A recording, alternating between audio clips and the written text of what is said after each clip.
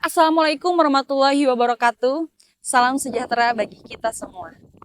Tidak sedikit perusahaan tiba-tiba tutup, dan buruh, bahkan serikatnya kaget dan kelabakan.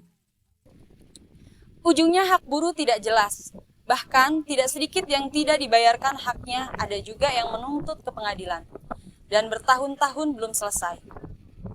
Sementara pengadilan bukanlah jalan yang tepat, dan membahagiakan bagi buruh karena jangankan saat kalah, saat menang pun tetap saja buruh yang menjadi pihak yang dirugikan. Kenapa itu terjadi?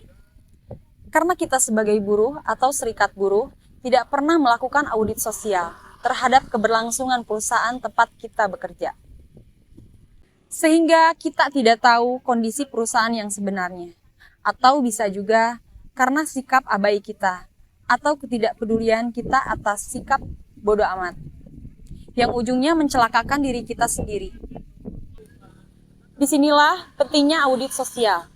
Audit sosial itu ibarat mendiagnosa penyakit untuk mengetahui apakah tubuh atau perusahaan sehat-sehat saja atau malah sudah mengidap penyakit. Dengan audit sosial kita menjadi tahu apakah perusahaan sedang baik-baik saja atau malah sedang sakit.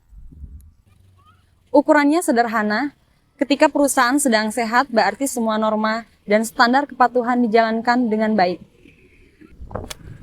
Sementara, jika norma dan standar kepatuhan tidak dijalankan dan bahkan banyak dilanggar, artinya perusahaan sedang sakit atau sedang sehat pun bisa jadi sakit.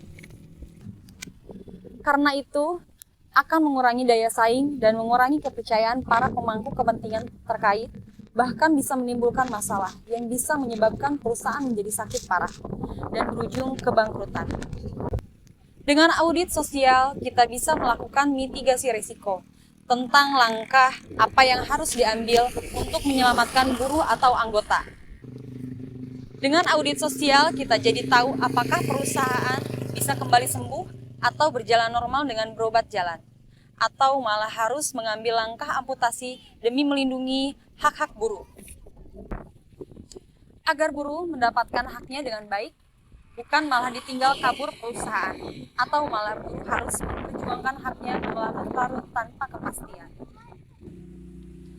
Mari jaga keberlangsungan perusahaan dan kepastian kita bekerja perusahaan dengan selalu waspada dan memeriksa kondisi tempat kerja kita.